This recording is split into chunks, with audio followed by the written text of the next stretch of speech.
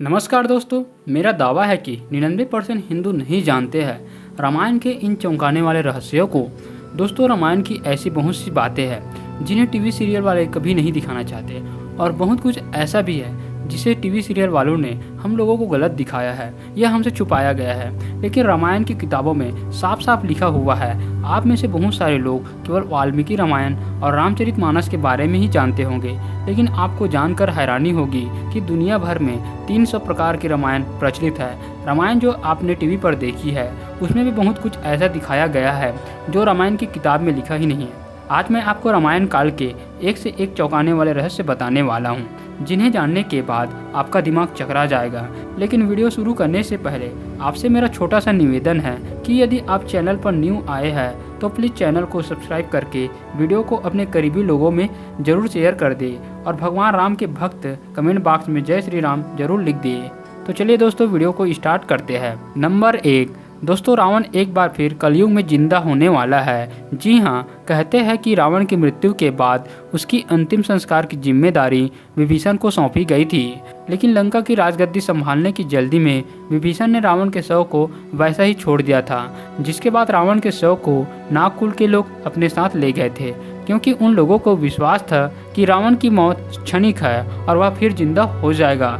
उन्होंने रावण को जिंदा करने की कई बार कोशिश की थी, लेकिन ऐसा बिल्कुल भी नहीं हुआ। जिसके बाद उन्होंने रावण के शव को सुरक्षित रखने के लिए विभिन्न रसायनों का इस्तेमाल किया और उसे मम्मी के रूप में रख दिया।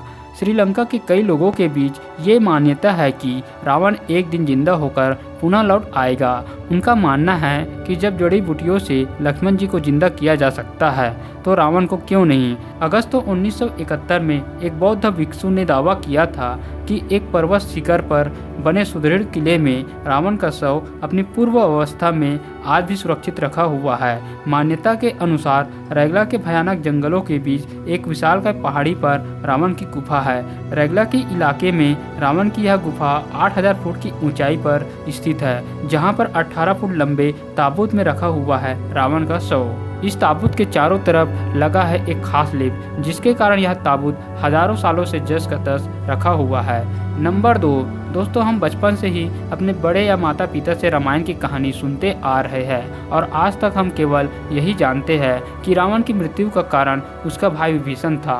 विभीषण ने भगवान राम को रावण की मृत्यु का रहस्य बताया था, लेकिन यह अधूरा सच है, क्योंकि रावण की मृत्यु का कारण उसका भाई विभीषण नहीं बल्कि उसकी पत्नी मंदोदरी थी। जी हाँ दोस्तों, क्योंकि कहानी का आधा हिस्सा रावण की पत्नी मंदोदरी से जुड़ा हुआ है, जो अब हम आपको मंदोदरी से जुड़ा चौंकाने वाला रहस्य बताने जा रहे हैं।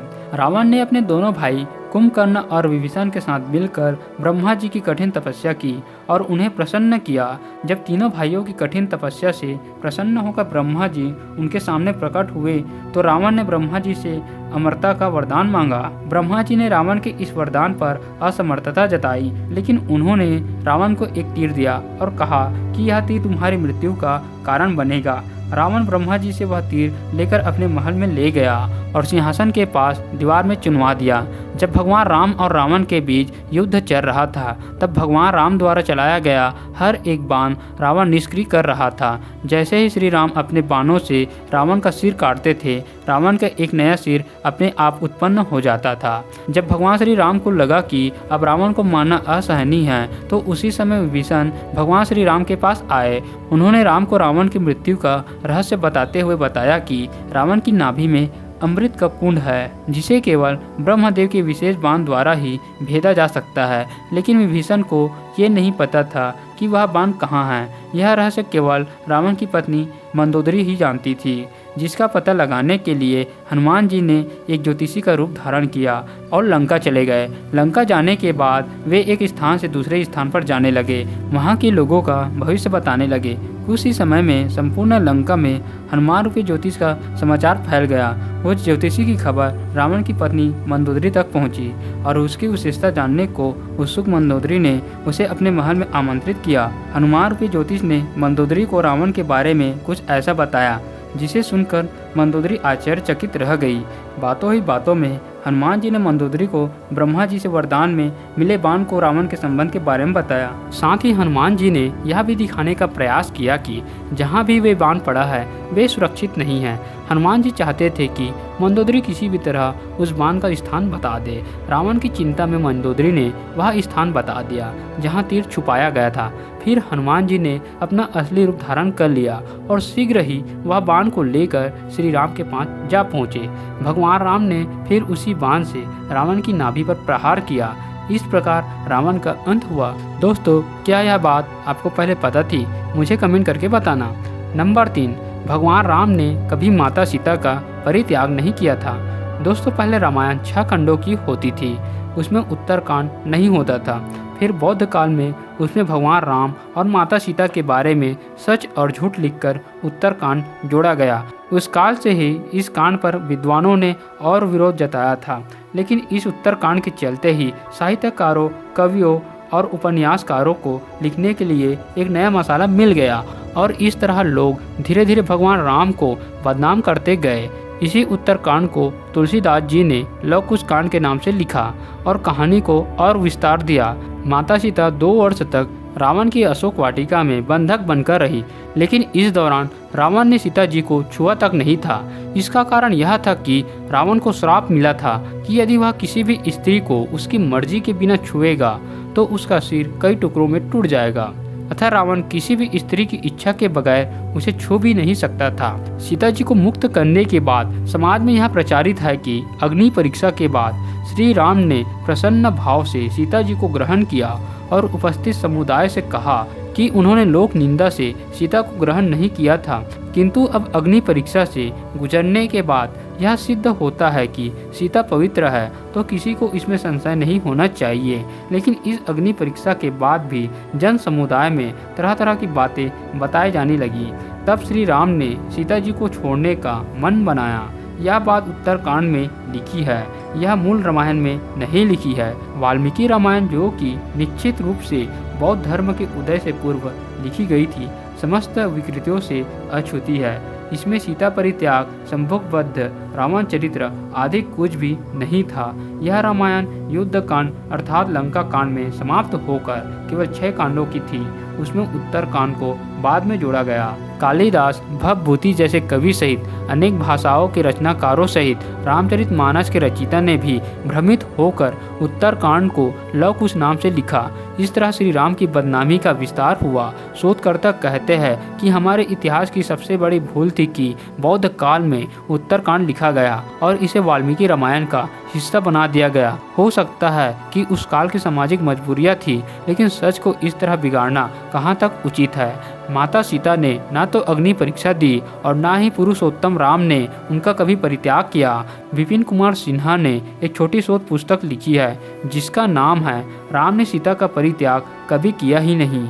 यह किताब संस्कृति शोध एवं प्रकाशन वाराणसी ने प्रकाशित की है। इस किताब में वे सारे तथ्य मौजूद है जो बताते हैं कि भगवान राम ने माता सीता का परित्याग नहीं किया था। नंबर 4, दोस्तों, जैसे कि हमें बताया जाता है कि भगवान राम के काल में जाति समाज और ऊंच नीच हुआ करती थी, लेकिन यह सरासर गलत बताया जाता है। भगवान राम के काल में कोई ऊंचा या कोई नीचा नहीं होता था। रामायण काल में जातियाँ होती थी, लेकिन वह मनुष्यों की नहीं बल्कि जीवों में हुआ करती थी, जैसे वानर, रीछ, रक्ष, क्रात आदि।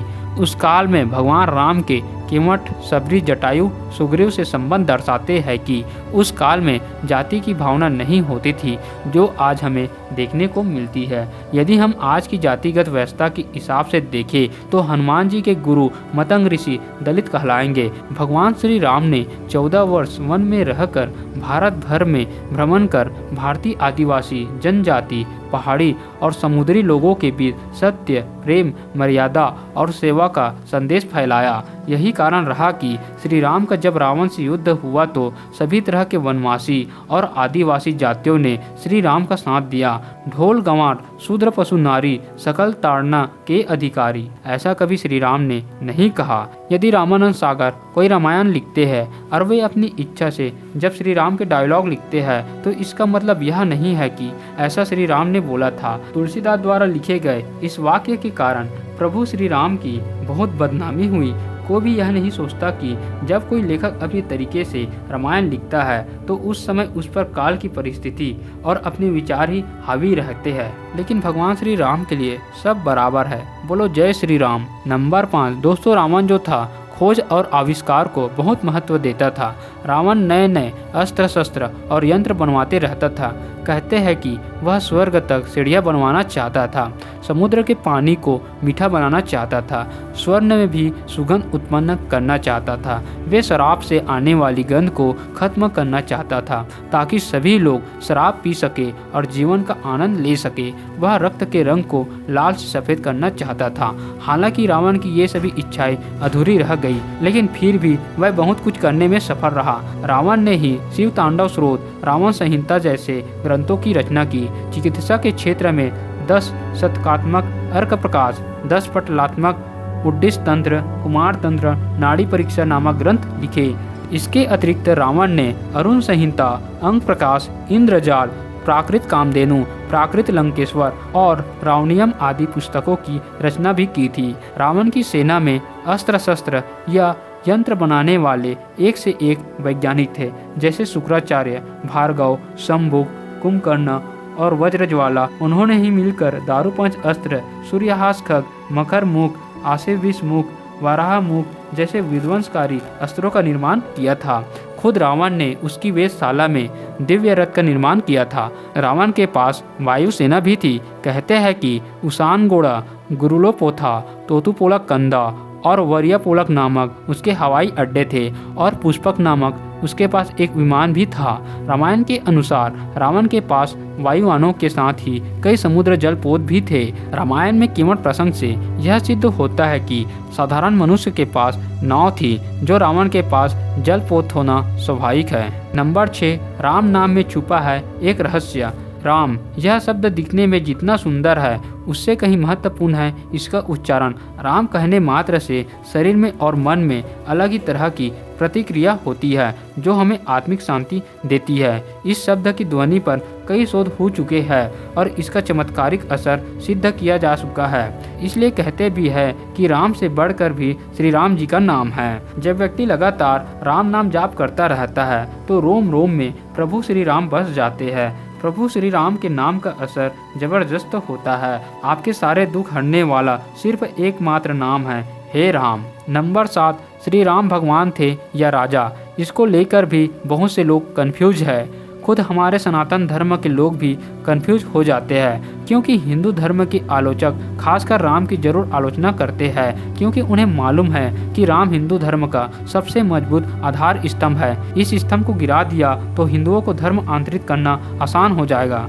इसी नीति के चलते तथाकथित धर्म निरपेक्ष ताकतों के साथ मिलकर राम को एक सामान्य पुरुष घोषित करने की साजिश की जा रही है। वे कहते हैं कि राम कोई भगवान नहीं थे, वे महज एक राजा थे। उन्होंने समाज और धर्म के लिए क्या किया? वे तो अपनी पत्नी के लिए रावण से लड़े और उसे चंगुल से मुक्त कराकर लाए। इससे वे भगवान कैसे हो गए?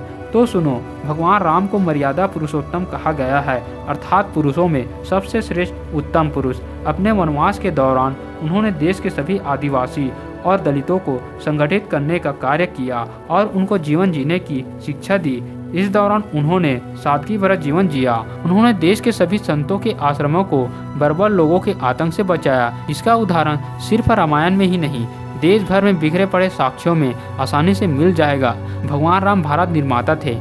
उन्होंने ही सर्वप्रतज्ञ भारत की सभी लोगों को एक सूत्र में बांधने का कार्य अपने 14 वर्ष के वनवास के दौरान किया था। 14 वर्ष के वनवास में से अंतिम 2 वर्ष को छोड़कर राम ने 12 वर्षों तक भारत के आदिवासियों और दलितों को भारत की मुख्य धारा से जोड़ने का भरपूर प्रयास किया। शुरुआत होती है किमठ प्रसंग से। इसके बाद चित्रकूट में रहकर उन्होंने धर्म और कर्म की शिक्षा दीक्षा ली। यहीं पर वाल्मीकि आश्रम और मांडव्य आश्रम था। यहीं पर से राम के भाई भरत उनकी चरण पादुका ले गए थे। चित्रकूट के पास ही सतना में अत्रि ऋषि का आश्रम था। अत्रि को राक्षसों से मुक्ति दिलाने के बाद वे दंड काराव्य क्षेत्र में चले गए, जहां आदिवासियों की बहुलता थी। यहाँ के आदिवासियों को बानासुर के अत्याचार से मुक्त कराने के बाद वे 10 वर्षों तक आदिवासियों के बीच ही रहे। यहीं पर उनकी जटायु से मुलाकात हुई थी, जो उनका मित्र था। जब रावण सीता को हरण करके ले गया था, तब सीता की खोज में राम का पहला सामना सबरी से हुआ था। इसके बाद वानर जाति के हनुमान और सुग्रीव से। तो दोस्तों, आज की वीडियो आपको कैसी लगी? आज की वीडियो में बस इतना ही। अगर आपको हमारी वीडियो पसंद आई होगी तो वीडियो को लाइक करके अपने दोस्तों में शेयर करना ना भूलें। और दोस्तों, हमारे चैनल को सब्सक्राइब करके बेल की नोटिफिकेशन घंटी को ऑन पर जरूर दबा दीजिए, जिससे दोस्तों हमारी अगले वीडियो आप तक जरूर से पहुंच सके। तो बोलिए दोस्तों, जय श्री राम।